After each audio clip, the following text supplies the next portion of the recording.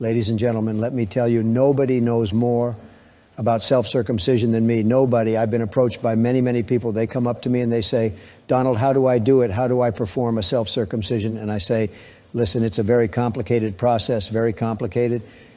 But you know, I'm a problem solver and I come up with a tremendous plan, just tremendous. Believe me, folks, it's going to be fantastic. First of all, you got to understand that this is not a job for amateurs. It takes skill, precision, and a steady hand, which of course I have the steadiest hands in the world. People always say, Donald, how do you keep those hands so steady? It's a secret, folks, but it involves a lot of practice and a lot of golf swings. So, you know, I've got that going for me. Now, the key to self-circumcision is trial and error. Just like in business, right? You try one thing, and if it doesn't work, you pivot, you try something else. It's all about being flexible.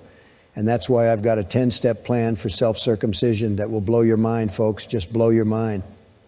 Step 1, consult with experts or at least watch a few YouTube videos. You've got to educate yourself. It's very important. You can't just go into this blindly. I mean, I never go into anything blindly. You know that. Step 2, get the right tools, the best tools. You can't use any old scissors or a rusty knife. That's just not going to cut it. No pun intended. You need the best, most luxurious surgical equipment you can find. Maybe you can even brand them with your name. That's what I'd do. Step 3, practice makes perfect. Before you start, you might want to get a feel for it, not literally, but mentally. Imagine the process in your head. Visualize it. It's very important. Step 4, get a second opinion. Have someone else look at your plan and give you feedback. Maybe a friend or a family member or, you know, maybe even a lawyer. It's always good to have legal advice, folks. Step 5, take it slow. Don't rush. You don't want to make a hasty decision and end up regretting it later. This is not like firing people on a reality show. It's serious stuff. Step 6, consider the alternatives. Self-circumcision might not be for everyone. There are other options out there, you know, just like there are other candidates out there. But you always choose the best one, right? Step 7, have a plan B. In case things don't go as planned, you need a backup plan.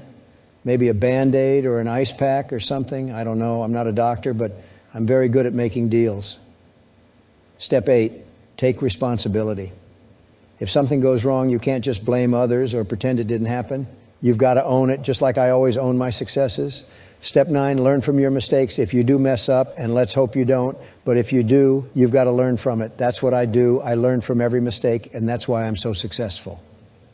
Step 10. And finally, folks, always be confident. Confidence is key in everything you do. If you're going to self-circumcise, do it with pride, like a champion, like a winner.